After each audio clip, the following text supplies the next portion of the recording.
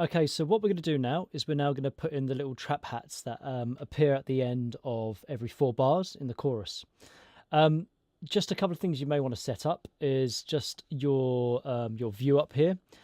If you haven't done it before, it's just changing the view from Beats on Project back into custom, so you can see which notes and what chords you're playing. It's quite a useful view. We're going to create a new software instrument track. So double click underneath the Motown Revisited kit, get rid of that clav sound, and we're going to bring in a drum machine that's going to be used for those sort of trap hats. I'm going to use the hit machine for now, and I think it's F#1. That's what we're going to use to play in those hats. Now those hats are very, very fast. There's no actual playing them in with your fingers. It wouldn't happen, and I think they happen about here.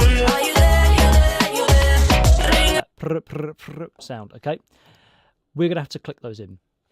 So by clicking in, all you're gonna do is go to your pencil tool, make a region like that, and then go back to pointer. You can either double click on it to bring the little pop up here, or if you're like me and you like a big window, Command 4. And we're now going to click those sounds in. So pencil tool in this window, and we're going to click that in.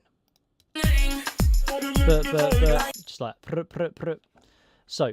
Where's that hi-hat sound? Okay, it's that line there. Whoa, that's a long note.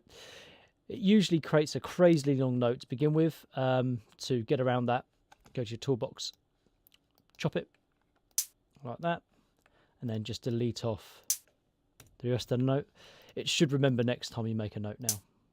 And if it doesn't, the other way of doing it is by literally dragging it back like that, and this time it should remember.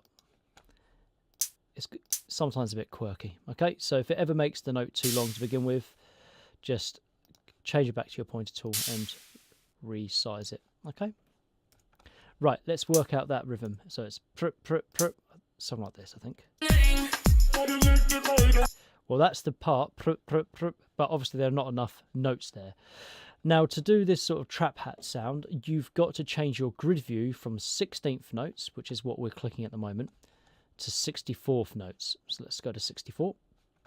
And what you'll notice when you go back into that region, instead of just having those normal division sizes, you've got tiny division sizes. So we're going to have to zoom in a bit.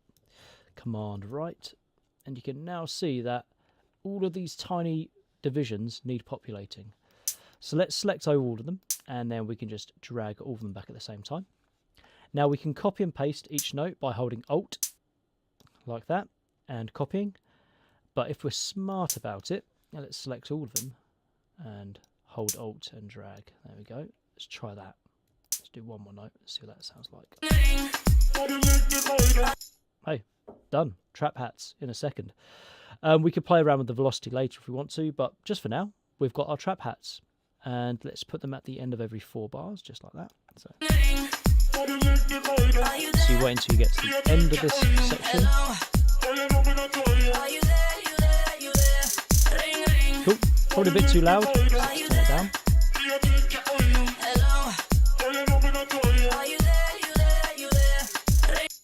There we go. So that's our trap hats, and we did that by clicking in notes rather than using the step sequencer or playing it in physically with our hands.